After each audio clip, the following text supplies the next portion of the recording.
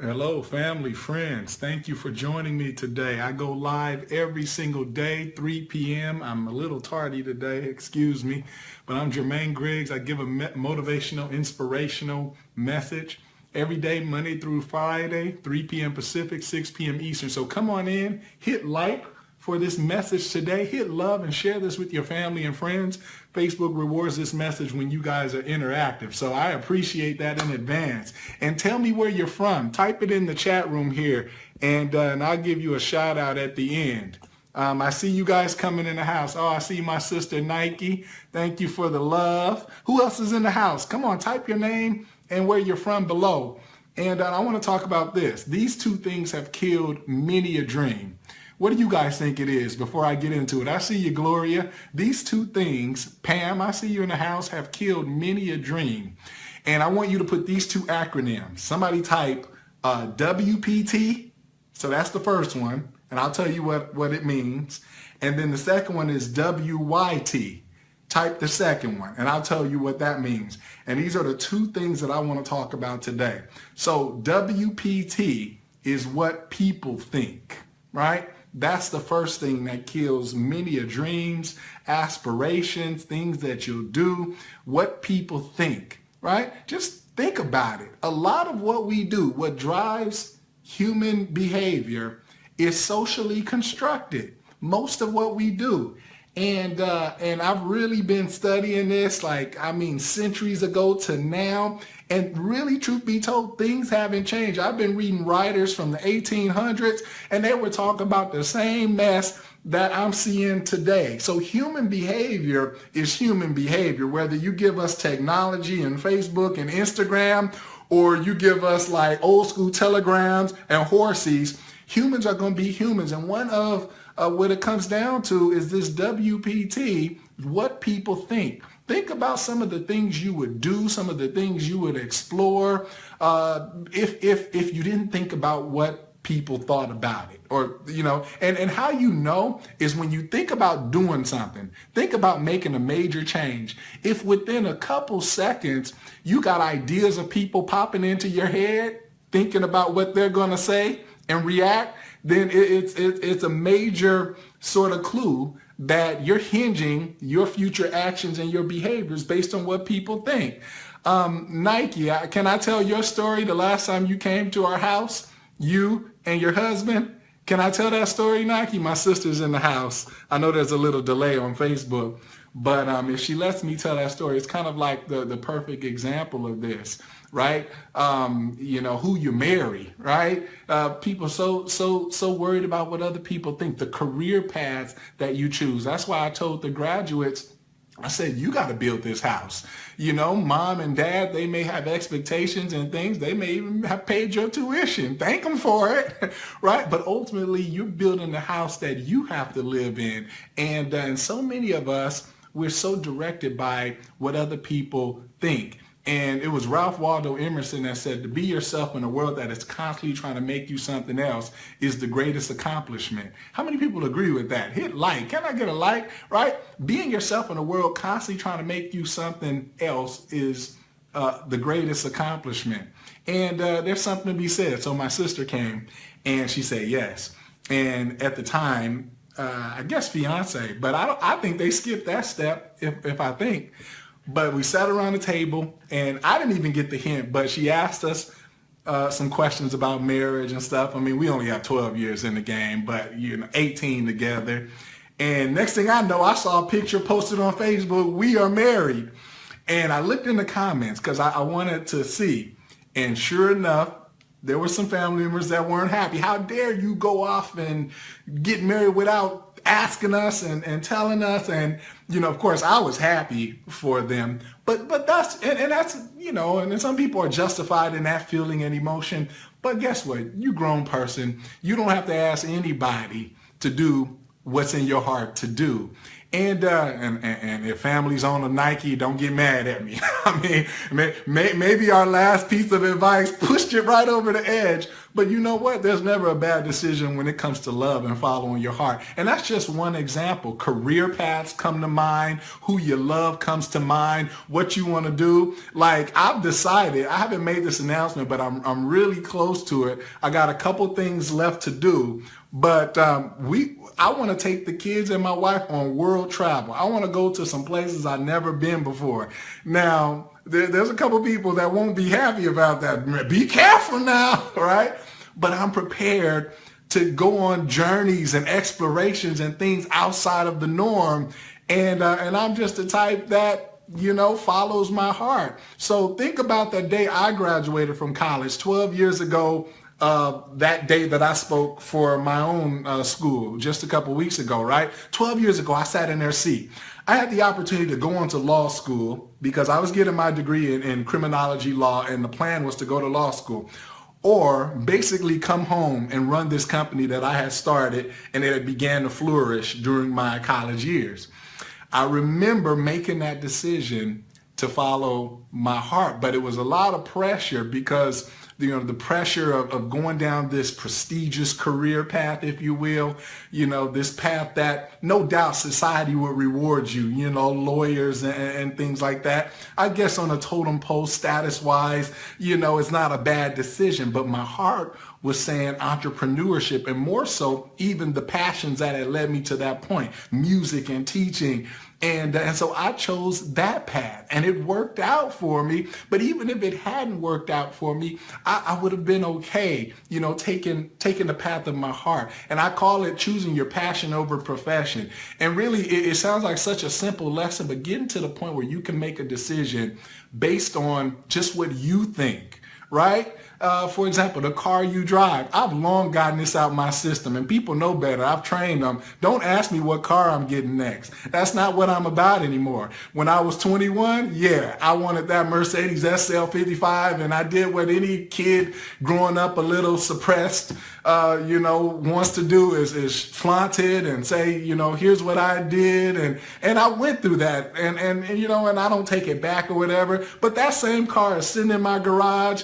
It has some engine problems. I mean, it's a little old, and I ain't even thought twice. It's just sitting there collecting dust. So it goes to show you, once you get in, you get on the other side of what you think is going to make you feel like, then you find out that things remain the same. A car never made me feel different. A bigger house never made me feel different. So what it comes down to is a lot of us do things based on what we think is going to affect our status and how other people are going. It comes down to WPT, what people think. And a good test is, because my wife is watching some series where there's only 2 people left on the planet or something, and then they found a third person. A good test is, what would you basically be doing if you were the only one left on the planet and maybe a spouse, but nothing else? You wouldn't be worried about having a big old mansion or driving. You would just be worried about surviving and being happy, because there wouldn't be an audience for you. So a lot of things we do are for an audience. And so I'm to the point where, Jermaine, are you doing this for an audience, right? Or are you doing this because your heart is telling you to do this, or this is what you want to do and you're supposed to do? And so that's the first thing. But what's even worse than WPT is WYT, and that's what you think, right? What you think. And I want to read you this quote, right? It says, "See how he cowers and sneaks, how vaguely all day he fears not being immortal, not divine, but the slave and prisoner of his own opinion of himself, a fame won by his own deeds. Public opinion is a weak tyrant compared with our own private opinion. What a man thinks of himself, that is which determines, or rather indicates, his fate." So there's levels to this.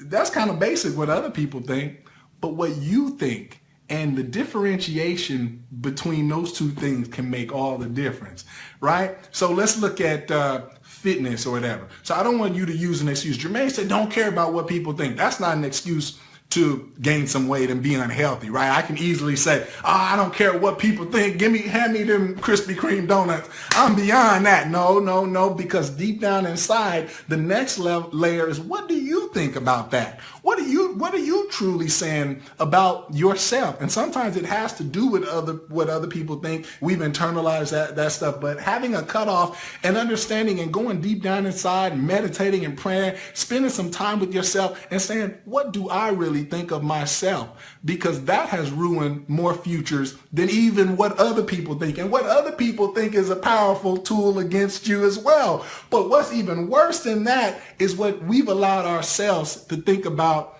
ourselves.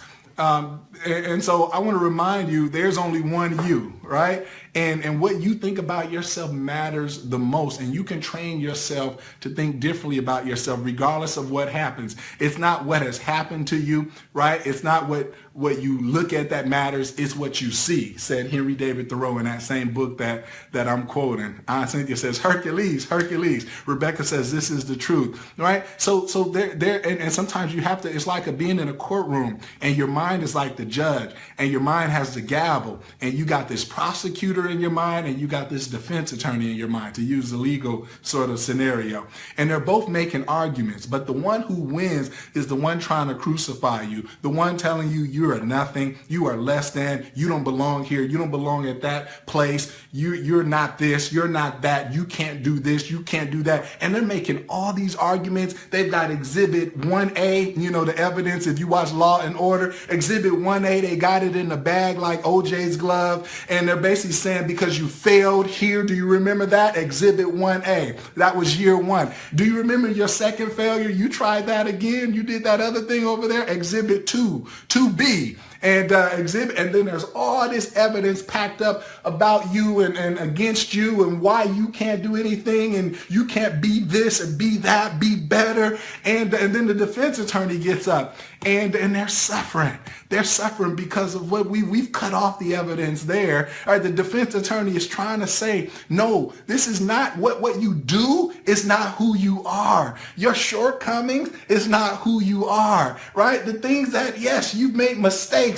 Not yes, you failed, but you're not that. That's not who you are. You are divine. I don't know if you heard that in that paragraph that I read, but you are divine and you are a child of the Most High. And when you are that, can't nothing lower you, can't nothing demean or diminish you. So it's what you believe you are that matters. And when you have a high self-image and a high self-identity and concept of yourself, you can go and do anything that you set your mind to. I know our parents tell us that, but it's true. Self-image and self-identity is the number one thing. And if you have to sit by yourself 20 minutes a day in silence and repeat to yourself the same affirmation over and over until your defense attorney in your mind starts speaking louder and the judge, which is your mind, takes that gavel and says, I agree with the defense attorney, saying you are more, not less. You are a conqueror. You are a victor, not a victim. You can do it. You are a winner, not a loser. You are all positive and not negative. Once your mind starts believing that, then I'm telling you, WYT is the most powerful thing that you can develop. And that's what you think.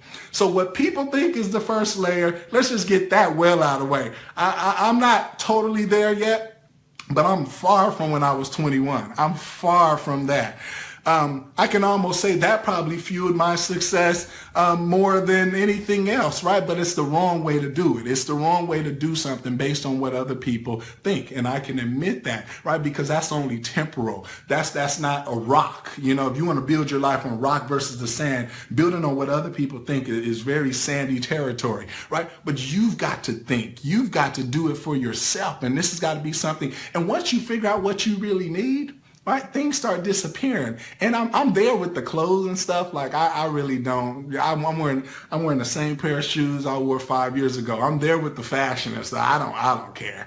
That's not my self-identity, you know. And other people are in different places and stuff. Just understand, if you're a fashionable person because you're creative, that's one thing. But if you're a fashionable person because you want to keep up with the Joneses and stuff like that, that's another thing. And you got to have some deep reflection. I'm telling you, I come from two different worlds. And the world I come from, there's a lot of trends. There's a lot of keeping up with the Joneses, and rightfully so, because not rightfully so, but I understand it. I understand it. If you're suppressed and, you know, then you finally get some money, you do want to show like, you know, you kind of made it and you're different now. And I get it, but it's not the right thing. It is the best I can put it, right? And then on the other side of that, you can see somebody who maybe has made it and stuff, and they got all that stuff out of their system, and they don't even really care. Like look at we on Facebook, right? Mark Zuckerberg, he walking around in a hoodie. Now, I can't say I don't even wear hoodies, but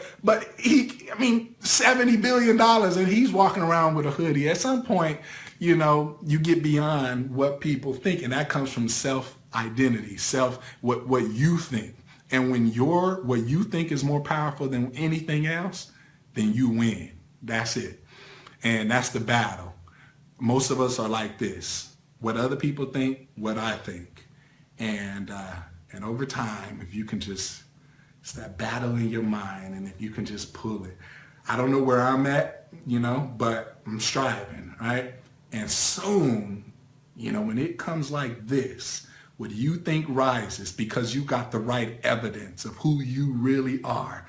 And what other people think and false concepts of self and misconceptions, and when that stuff lowers, then that's when you know you've gotten to the next level. And next level is not a new car, it's not a new house, it's not new clothes. I'm reading Thoreau, and this is like 1857. He influenced MLK a lot, and Gandhi. But I'm reading some stuff about clothes in here. I don't know what kind of breeches. He calls them breeches and pantaloons. I don't know what kind of fashion these people was wearing in 1850 in the North. You know, these in like Boston area, right? Walden. And I don't know, but he's going in on people in fashion. I'm like, really? This is 200 years ago. And he's talking about people talking about if you broke your leg, you would be better off than if you had a hole in your pants. You can't, people don't want to go outside with holes in their pants. It's better that you would have broken your leg. You can mend that. But once your pants get a hole in it, oh, there is no hope. This is how you people think. And he's like, he's admonishing them, you know, for thinking like this. He said, I've met few men, but I met a lot of clothes, basically, is what he said. I've met a lot of appearances. I've met a lot of clothes. I've met a lot of outward appearances, but I've met few men. He says, I could basically stand naked by a scarecrow, dress the scarecrow up in my finest, and you would greet the scarecrow before you would greet me, a man. Right? He was going in on him. And I agree. I'm like, I kind of think like this guy. I kind of think like that. So that's the message today. These two things have killed many a dream, and let's just learn to, raise our self-awareness and our self-image, and oh man, everything else follows. Who's in the house? Rebecca says, oh, gotcha. Rebecca says, keep striving. Forget the naysayers. That's right. LaTracy says, tell it, Pastor. I don't know about the title of Pastor, LaTracy, of the Facebook Baptist Church. Tell it, Pastor. Come on, man. We are feeling you today, preaching the word. I understand that you're saying I'm an old school. Tell it. Yes, ma'am. I feel like I'm an old school too. Don't let 1983 fool you. I feel more like it's 1953. I just came here. You know, I read a book once. It says souls are everlasting, right? So when you think about this and you open your mind up, you might find out that your soul has been here. You think about it. If we were here in the beginning, right? My flesh, it's just one. I mean, just think about the whole world and stuff. I don't know. This is so true. This resonates deep in my soul. Ain't nobody gonna think for me but myself. That's right, Rebecca. There it is. Aunt Cynthia says, WYT is my motto. The hell with what everyone else thinks. There you go, Aunt Cynthia. It sounds so simple, but it is one of the top things that we all drive our lives by, kind of, you know. And Tricia says, thanks for the encouragement. Michelle says, hello. W-I-T, yes, says Trisha. Mary says, believe in yourself. Rebecca says, yes, Gloria. Linda says, amen. Gloria says, you are divine. Self-esteem, self-image, preach. Absolutely, Gloria. Those are the things that we ought to be focused on, at least having our consciousness to increase those things. You know, there was another chapter in this book that said he was basically saying, you guys get new clothes, but you're not new people. He says, don't get new clothes until you feel like a new person. That's what he said. He was like, there's a lot of old people walking around in new clothes, like old mentality, what he's saying. He said, but once you raise your consciousness and you feel like a new person, then go get some new clothes. But until then, keep them old rags. Keep them old pantaloons and breeches, you know. But bringing that to this time, you know, basically, the new clothes ain't gonna change us. We might be thinking, you know, oh, we smooth now, but if I don't change, if my self-image doesn't change, then it's just an outward appeal, but it has nothing to do with my inward man, right? All of that says your present self is a result of your past experience. It is not who you are. Your future starts now. Absolutely. Thanks for that observation.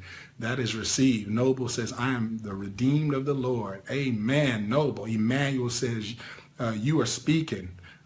He says from AR, you in the state of Ohio, right? No, I'm in California, Emmanuel.